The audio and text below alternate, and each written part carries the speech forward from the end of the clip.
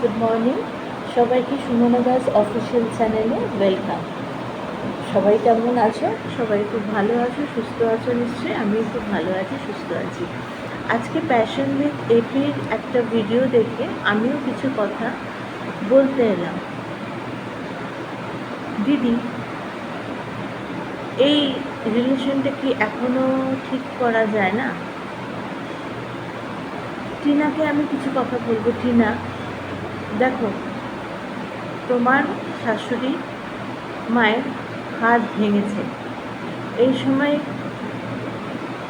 আমার মনে হয় তুমি একবার হলেও সামনে না যাও, ফোনে অন্তত সন্দীপের সাথে কন্ট্যাক্ট করে একবার জিজ্ঞেস করো। ভুল মানুষ মাত্রই হয়। সারা জীবন অত ইগো নিয়ে বসে থাকলে কিন্তু হয় না। মেয়েদের প্রচুর ধৈর্য রাখা দরকার, অনেক কিছু সহ্য করতে হয়। তুমি একজন মা, তুমি কিন্তু 28 বছর কি 27 বছর সেটা কোনো ফ্যাক্টর নয়। ফ্যাক্টর হচ্ছে তুমি কিন্তু একজন মা। আজকে যে সমস্ত ভিউয়ার্সরা বলছে সন্দীপকে যে তুমি আরেকটা বিয়ে করে নাও, তোমার মায়ের হাত ভেঙেছে, তুমি যাকে হোক একটা বিয়ে করে নাও, এটা কিন্তু কোনো কথা হলো না। এই করে করেই কিন্তু তোমাদের এই সমস্ত ভিউয়ার্সদের জন্য আর কিছু কন্ট্রোভার্সি ক্রিয়েটারদের এই বুদ্ধির জন্যই কিন্তু আজকে তোমাদের সংসারটা এইভাবে ভেঙে চুরমার হয়ে গেল।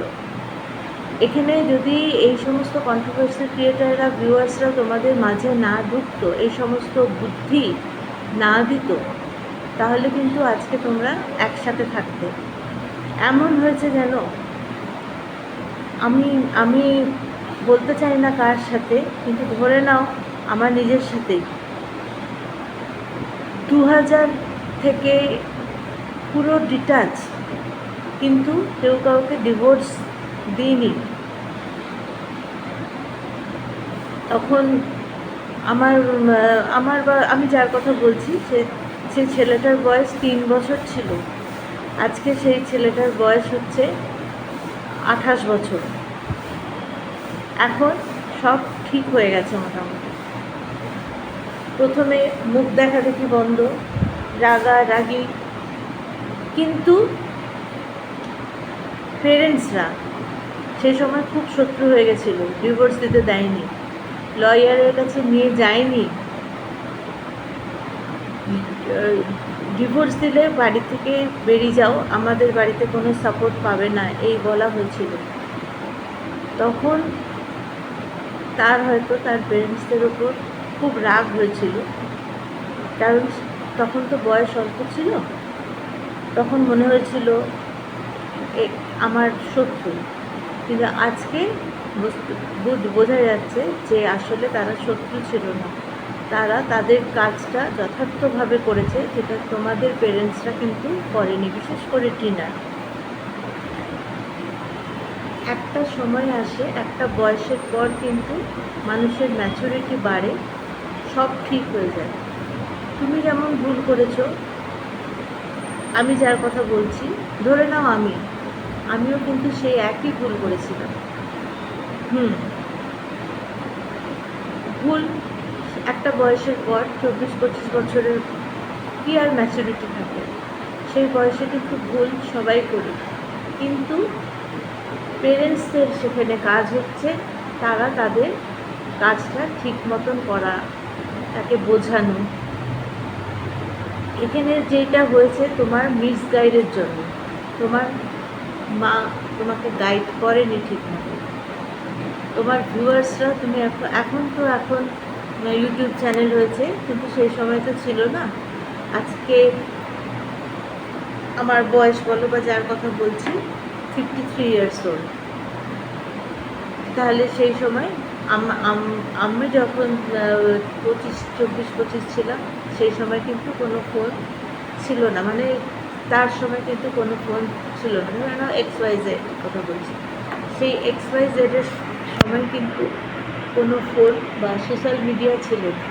সেই জন্য আজকে XYZ-এর সংসারটা কিন্তু ভেসে যায়নি। XYZ শ্বশুরবাড়িতেও যেমনি ভালোবাসা পায়, সম্মান পায়, বাপের বাড়িতেও সেরকম ভালোবাসা পায়, সম্মান পায়। XYZ-এর যারা ছেলে মেয়ে, যে ছেলে মেয়ে আছে, তারাও কিন্তু সেই দু বাড়িরই ভালোবাসা পায়। সেও জানে তার বাবা, কাকা, কাকিমা সবাই আছে, এদিকে দাদু দাদা সবাই রয়েছে। তোমাকে বলছি কি না, এখনও কিন্তু সময় যায়নি। তুমি একবার এই সময়টা হচ্ছে, আমি সন্দীপের কথা ছেড়ে দিচ্ছি, মেয়েদের একটু নত হতে হয়। আমি তা বলে বলছি না যে মেয়ে বলে নত হতে হবে না, কখনোই না, কখনোই না। তোমার বয়সে কিন্তু XYZ-এরও সেম ইগো ছিল। কেন আমি মেয়ে বলে কি আমাকে নিচু হতে হবে? কিন্তু এখন সেটা বুঝি, তাই আমি তোমাকে বোঝাচ্ছি, তাই বলছি যে একটু একটু নত হয়ে, এখন তোমার শাশুড়ির যে কন্ডিশন, একবার তুমি সন্দীপের সাথে কন্ট্যাক্ট করো যে শাশুড়ি মা কেমন আছে, একটু নরম হয়ে বলো। কৃষাণুর কথা ভেবে তোমার মনে কিন্তু কৃষাণু, আর এটা বলাটা অস্বাভাবিক যে মা কখনো সন্তানকে বুঝতে পারে না। আজকে এপিভিক ফ্যাশন যে কথাটা বললেন দিদি, ভিটামিন ডি এর সাথে আমি কিন্তু বারবার বলে আসছি ডিপ্রেশনে মানুষ কিন্তু ভুলে যায়। আর তোমার যে মনে চাপা ডিপ্রেশনটা, সেটা কিন্তু একটু বেরিয়ে এসছে কৃষাণু নামটা কিন্তু তুমি বলেছো, নামটা না বলো, বলেছো আমারও সন্তান। তোমার মধ্যে কিন্তু সেই ব্যথা যন্ত্রণাটা প্রচুরভাবে রয়েছে কিনা, একটু চেষ্টা করো, একটু মতো হও, কৃষাণুর কথা ভেবে। সইটা করার আগে এমনও হয়েছে যে দুপক্ষেরই ডিভোর্স হয়ে গেছে, ডিভোর্সের পরেও কিন্তু আবার তাদের মধ্যে আস্তে আস্তে অ্যাডজাস্টমেন্ট হয়েছে। কিন্তু যদি সত্যি এই ভিউয়ার্সের কথা শুনে বা নিজের ইচ্ছাতেও আরেকটা বিয়ে করে নেয়, তখন কিন্তু আর সুযোগ পাবে না, আর সুযোগ পাবে না। এখনও সুযোগ আছে কিনা, প্লিজ একটু নিচু হও কৃষাণুর জন্য, একটু ভাবো, একটু ভাবো, একটু অ্যাডজাস্ট করে নেওয়ার চেষ্টা করো কৃষাণুর জন্য।